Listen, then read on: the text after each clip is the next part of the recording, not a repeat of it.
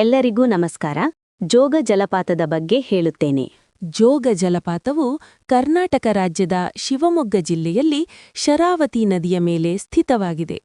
ಇದು ಭಾರತದ ಅತ್ಯಂತ ಎತ್ತರದ ಜಲಪಾತಗಳಲ್ಲಿ ಒಂದಾಗಿದ್ದು, ಇದರ ಒಟ್ಟು ಎತ್ತರ ಸುಮಾರು 830 ಅಡಿ, ಅಂದರೆ 253 ಮೀಟರ್. ಪ್ರಾಚೀನ ಕಾಲದಲ್ಲಿ ಜೋಗ ಜಲಪಾತವನ್ನು ಗೆರ್ಸೊಪ್ಪ ಜಲಪಾತ ಎಂದು ಕರೆಯಲಾಗುತ್ತಿತ್ತು. ಸಮೀಪದಲ್ಲಿದ್ದ ಗೆರ್ಸೊಪ್ಪ ಅಥವಾ ನಾಗರಪಟ್ಟಣದ ಹೆಸರಿನಿಂದ ಈ ಹೆಸರು ಬಂದಿದೆ. ನಂತರ ಸ್ಥಳೀಯವಾಗಿ ಪ್ರಸಿದ್ಧವಾದ ಜೋಗ್ ಎಂಬ ಹಳ್ಳಿಯ ಕಾರಣದಿಂದ ಇದಕ್ಕೆ ಜೋಗ ಜಲಪಾತ ಎಂಬ ಹೆಸರು ಬಂದಿತು.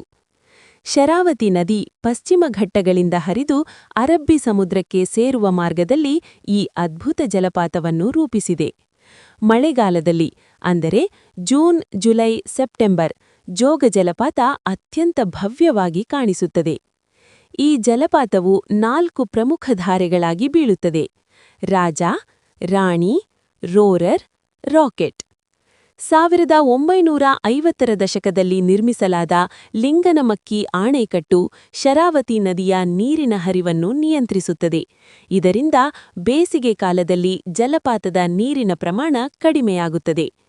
ಇಂದು ಜೋಗ ಜಲಪಾತವು ಕರ್ನಾಟಕದ ಪ್ರಮುಖ ಪ್ರವಾಸಿ ಆಕರ್ಷಣೆಯ ಕೇಂದ್ರವಾಗಿದ್ದು, ಪ್ರಕೃತಿ ಸೌಂದರ್ಯ ಮತ್ತು ಐತಿಹಾಸಿಕ ಮಹತ್ವದಿಂದ ಪ್ರಸಿದ್ಧವಾಗಿದೆ.